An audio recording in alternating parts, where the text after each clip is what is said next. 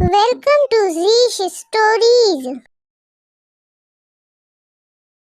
एक दफ़ा का जिक्र है कि एक ओल्ड लेडी मारिया अपने घर में अकेली रहती थी और उसका इस दुनिया में कोई भी नहीं था।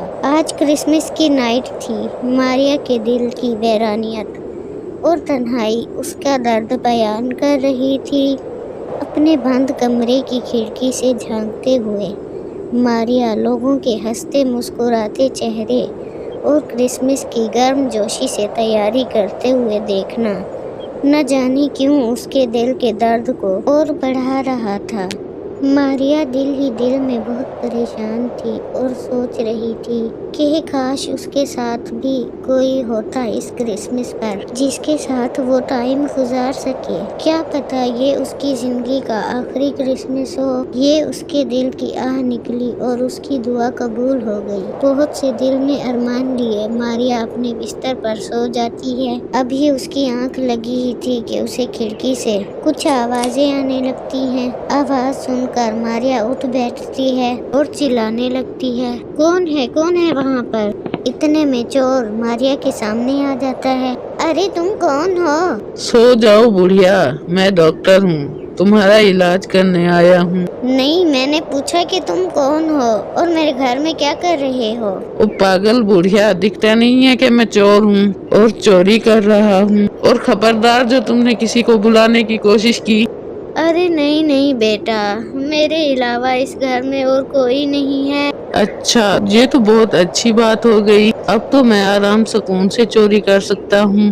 कोई भी मेरे दर्द को नहीं समझ सकता।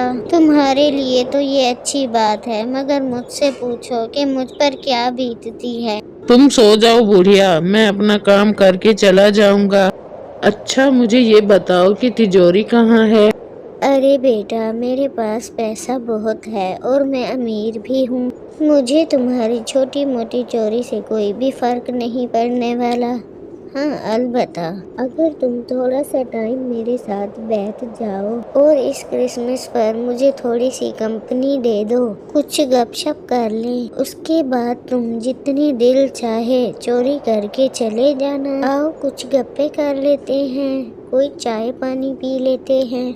बुढ़िया की ये बात सुनकर चोर कुछ देर के लिए खामोश हो जाता है और फिर कहता है, अच्छा बुढ़िया, तुम मुझे बातों में लगवा कर चाय पानी का पूछ कर मुझे फंसवाना चाहती हो, मगर मैं इतना पागल नहीं कि तुम्हारी बातों में आ जाऊं। अरे नहीं बेटा, मैं ऐसा कुछ भी नहीं करने वाली। मैं तो बस चाहती हूँ कि तुम मुझसे कुछ बातें करो और हम दोनों एक साथ क्रिसमस को सेलिब्रेट करें। मैं तो बिल्कुल अकेली रहती हूँ, मेरा और कोई भी नहीं है। तो बस मैं यही चाहती थी कि इस क्रिसमस पर तुम मेरा साथ दे दो। मैं प्रॉमिस करती हूँ कि तुम्हें कुछ भी नहीं होगा। मैं कोई पुलिस को नहीं बुलाने वाली। फिर तुम जो चाहे जितना मर्जी चाहे इस घर से ले जा सकते हो।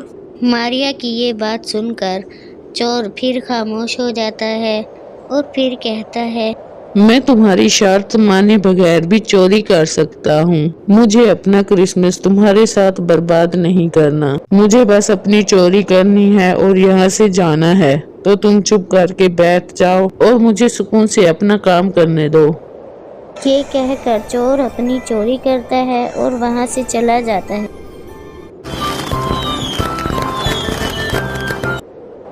फिर रात को वो चोर अपनी गर्लफ्रेंड के लिए गिफ्ट लेकर आता है। इतना महंगा गिफ्ट देखकर उसकी गर्लफ्रेंड उससे पूछती है, ये तुमने इतना महंगा तोहफा कहाँ से खरीदा? तुम तो कोई काम भी नहीं करते। सच बताओ, क्या तुमने कोई चोरी की है? अपनी गर्लफ्रेंड के इसरार पर वो उसे सारी बात बता देता है। सारी बात सुनकर एल्सा को बहुत बुरा लगता है।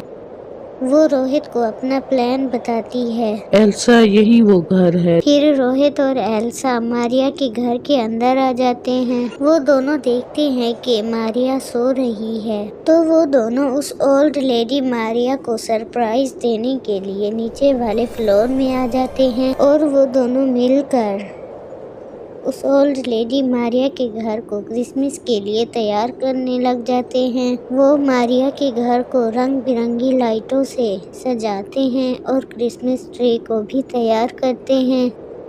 घर को पूरी तरह सजाने के बाद वो दोनों मारिया के पास आते हैं। अरे तुम फिर से आ गए, लगता है तुम्हारा उस चोरी से दिल नहीं भरा। अरे नहीं नहीं, मैं यहाँ चोरी करने नहीं आया, बल्कि मैं तो आपसे माफी मांगने आया था। मैं चोरी का सामान भी वापस ले आया हूँ, आप बस मुझे माफ कर दें।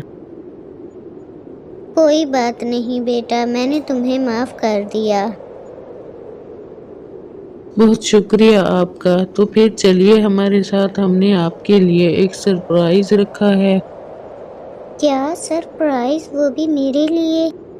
जी आंटी, आपके लिए हमने सरप्राइज रखा है, आप चलिए हमारे साथ।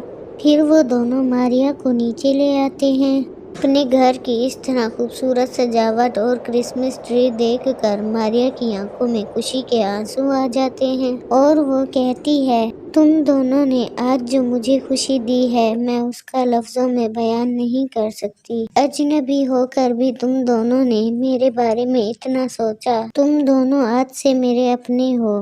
क्या तुम मेरे बेटा और बहू बन सकते हो? बस फिर क्या था, उस दिन से रोहित और एल्सा मारिया के बेटा और बहू बन जाते हैं और इस तरह मारिया का परिवार पूरा हो जाता है। इस तरह 2024 का ये क्रिसमस मारिया की वीरान जिंदगी में नई खुशियां लेकर आता है।